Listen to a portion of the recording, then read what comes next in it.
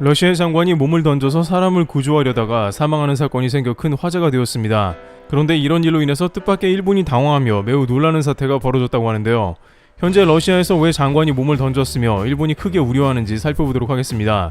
안 그래도 일본은 최근 러시아와 각종 신경전을 벌이고 그다지 기분 좋은 상황은 아니라고 합니다. 특히 도쿄올림픽 때 러시아는 도핑 국가로 분류되어 러시아의 이름으로 출전이 금지되기도 했으며 이 과정 가운데 러시아 선수들은 하필이면 일본에서 이런 일이 생겼다고 불만을 가졌습니다. 원래 러시아는 과거 러일 전쟁부터 해서 일본을 탐탁지 않아 하는 것으로 잘 알려져 있습니다. 러시아 올림픽 코치가 일본에 도착하자마자 중세시대 같은 선수촌과 같다고 폄하한 것도 실제 시설이 별로 좋지 않은 것도 있습니다만 한국과 비슷하게 일본에 좋지 않은 감정이 있기 때문이죠. 그래서인지 러시아는 특히 작년과 올해 들어서 틈만 나면 일본 어선을 탐탁지 않은 이유로 납포합니다. 러시아는 일본이 조업구역을 침범했다는 이유로 일본 선원들을 장기간 구류하는 모습을 보였습니다. 한국 배들도 가끔 동해상에서 러시아 쪽에 갔다가 납포되곤 하는데 이 경우에는 거의 즉시 석방해줍니다.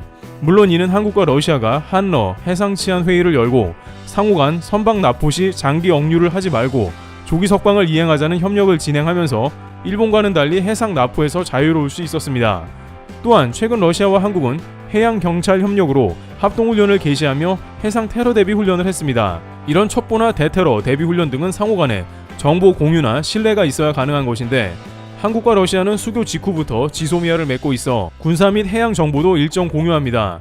일각에서는 러시아에게 대테러 훈련 정보를 노출시키는 게 한국에 좋지 않은 선택이라는 얘기가 있으나 러시아의 특수부대 작전 수행 능력은 세계 최고급이라 알려져 있어 오히려 한국이 배우는 면도 많다고 합니다. 따라서 러시아 입장에서는 이렇게 자신들의 특수부대 노하우도 한국에 공개하고 각종 무기도 판매하므로 한국과 일본을 신뢰하는 정도 자체가 현격하게 차이 난다고 할 수 있는 것이죠. 이번에 한국이 SLBM을 공개했는데 현무를 비롯한 한국이 전 세계에서 네 번째로 개발한 순항미사일 기술은 과거 김대중 정부에서 러시아로부터 받은 순항미사일 기술이 대거 적용되었다는 설도 제기되고 있습니다. 전 세계에서 미국, 이스라엘, 러시아만 가지고 있는 기술인데 미국은 이 기술을 절대 주지를 않고 있고 이스라엘은 미국의 기술을 이식받았기 때문에 한국의 순항미사일 기술이 어디로부터 왔냐는 것입니다. 물론 국방에 관련된 사항은 기밀이지만 미국은 해당 기술을 끝까지 한국에 주지 않았으므로 많은 사람들은 러시아가 순항미사일 적용 기술을 한국에 가감없이 넘겨줬다는데 동의하고 있습니다. 특히 불곰 사업을 통해서 대전차를 비롯한 다양한 국방 기술은 당연히 러시아로부터 받은 것이죠. 게다가 한러 간에는 다방면에서 경제협력을 진행 중이니 상호간에 더욱 너그러운 것은 자연스러운 이치입니다. 이처럼 러시아는 신뢰하는 상대에겐 많은 것을 내어주나 일본에 대해서는 게으르지 않은 모습을 보입니다. 최근 러시아는 도쿄올림픽 열리기 한 달 전인 6월 28일에 일본 선박을 다시 한번 납포해버렸습니다. 러시아 사할린 국경수비대는 배타적 경제 수역에서 일본 선박 아이오마루 어선을 납포했다고 발표했는데요. 일본 외무성은 이에 대해 즉각 반발했습니다. GPS상 일본 선박이 전혀 러시아 측 수역에 들어간 게 아니라며 빠른 시일 내로 선원과 선박을 석방하라고 러시아 정부 측에 강력하게 주장한 것입니다. 또한 일본 당국은 러시아의 고의성을 주장합니다. 러시아는 최근 주기상 6개월에 1, 2회 정도 정기적으로 일본 선박을 납포하는 것 같다면서 이건 노리고 그러는 게 아니냐는 불만을 표합니다. 그런데 놀랍게도 러시아의 대답은 맞다, 일부러 배를 납포하는 것이다에 가까웠다는데요. 이번에도 일본 선원들은 2주간 러시아 유치장에 갇혀 있었고 벌금도 2억 원을 넘게 내고 풀려났습니다. 한국 같으면 전화 한 통만 해서 부드러운 분위기로 곧 선원들이 석방되었겠지만 다방면의 외교 전문가들은 러시아가 일본에 이러는 것은 일종의 괘씸죄라는 것이고 일본에 경고장을 보낸 것과 다름없다는 것입니다.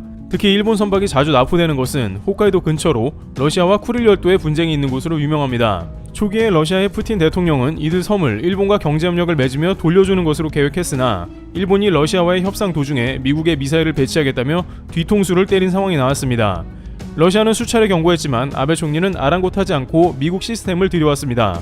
이에 매우 화가 난 푸틴 정부는 그 이후에 러시아 법 자체를 바꿔 영토를 외국에 양도 안 되게 했습니다.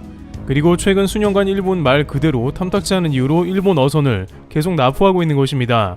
푸틴은 게다가 경제협력 파트너를 한국으로 설정한 뒤에는 일본과 조심스러운 대화를 하지 않으며 더욱더 거침없는 모습을 보여줍니다. 과거 아베와 선물을 주고받던 장면은 온데간데 없습니다. 러시아 주일 대사관도 일본 눈치를 전혀 안 보고 러일 전쟁 승리일엔 일본을 패배시켰다면서 트윗을 올리고 동시에 주한 러시아 대사관은 우리가 일본을 패배시키고 한국이 독립했다고 말합니다.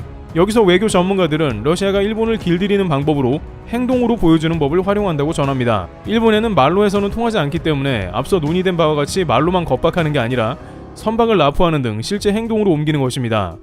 그 와중에 일본의 핵 폭격기를 띄우는 일도 감행했습니다. 일본은 한국 보고 올림픽에 도시락을 싸왔다며 후쿠시마 주민들의 마음을 짓밟았다고 했지만 상남자 푸틴은 일본의 핵 폭격기는 물론이고 후쿠시마 방사능 개를 먹어서 일본이 이상하다고 말했습니다.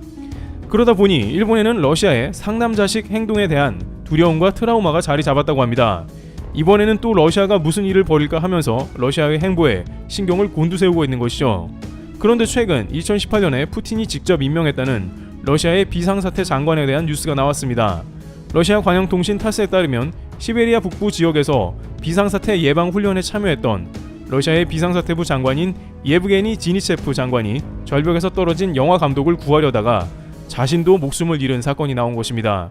55세로 바로 현장에 투입되기 다소 위험했으나 그는 뛰어내린 순간에도 장관이라기보다는 본인도 한 명의 구조요원으로 망설임이 없었다고 합니다. 사고 후 러시아 비상사태부는 성명을 내며 그는 1초도 망설임 없이 영웅처럼 행동했다라면서 당시 상황을 전하고 러시아 장관의 행동에 대해 깊이 추모하는 시간을 가졌다고 합니다. 푸틴이 직접 장관으로 픽업한 그가 푸틴 못지않은 상남자 스타일로 생애를 마감한 것인데요. 그런데 일본에서는 이 기사에 대해서 색다른 반응을 보이는 모습이 등장하고 있습니다. 많은 누리꾼들은 러시아는 무모하다, 일본에 하듯 지나친 행동을 앞서는 모습을 보인다 라고 했습니다. 그러면서 한편으로는 일본에 또 어떤 행동을 할지 모른다며 크게 경계하는 모습도 등장하는데요.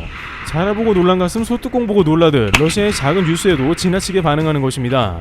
그런데 이러한 일본인들의 직감이 맞기라도 한 듯 일본에는 청천벽력의 뉴스가 들려왔습니다. 러시아 국방부가 지난 8일에 쿠릴 열도에서 500여 명의 군 장병을 동원해 실사격 훈련에 들어간 것입니다. 이 실탄 훈련에 들어갔다는 것은 외교적으로 봤을 때 일본은 사실상 적국으로 설정했다는 것입니다. 러시아는 쿠릴에서 그간 수년간 별다른 활동을 안 했지만 이제 순항미사일을 배치하는 등 무장화에 들어가려고 준비 중이며 급기야 군대까지 파견해 대규모의 공격 방어 훈련을 겸한 모습인 것이죠. 게다가 푸틴 대통령은 최근에 쿠릴 열도에 들어서는 리조트 투자를 받겠다고 발표까지 해놓은 상황입니다. 물론 이 사업에서 일본은 철저하게 배제되었으며 한국과 중국 등을 상대로 사업을 거론하고 있습니다. 하지만 일각에서는 믿을 수 없는 중국보다는 한국 쪽으로 가닥을 잡는다는 의견도 나옵니다. 만약 한국이 선정된다면 쿠릴 리조트는 한국에서 개발하게 되므로 일본이 펄쩍 뛸 수도 있습니다. 하지만 현재 일본 스가 내각은 정권 교체기로 아무런 힘을 발휘하지 못하는 것으로 보입니다. 그저 러시아가 또 일본이 싫어하는 막무가내식 상남자 행동을 했다며 원망하고 있는 것이죠. 일본 누리꾼들도 러시아 국방부의 발표 뉴스가 나오자 미국과 동맹을 강화해야 한다라고 주장하기도 하며 반대로 쿠릴은 사실상 포기해야 한다는 푸념이 이어지며 망연자실하는 상황입니다. 왜냐하면 러시아는 한다면 하는 스타일임을 오랫동안 영토 분쟁을 하며 깨달았기 때문입니다. 한국 누리꾼들도 이에 관해 독도의 SLBM 탑재 잠수함 상시 자망은 물론 현무 배치를 거론합니다. 막상 한국 독도가 무장화된다면 일본은 비로소 쿠릴 열도와 같이 포기하자는 의견이 나온다는 것이죠. 이와 같이 일본에는 대화보다는 거친 상대의 대응이 훨씬 잘 통한다는 의견이 다방면으로 등장합니다. 한국에서도 앞으로 다양한 전술 무기로 일본이 침묵할 수 있도록 무장해야 할 것입니다. 트리블TV였습니다.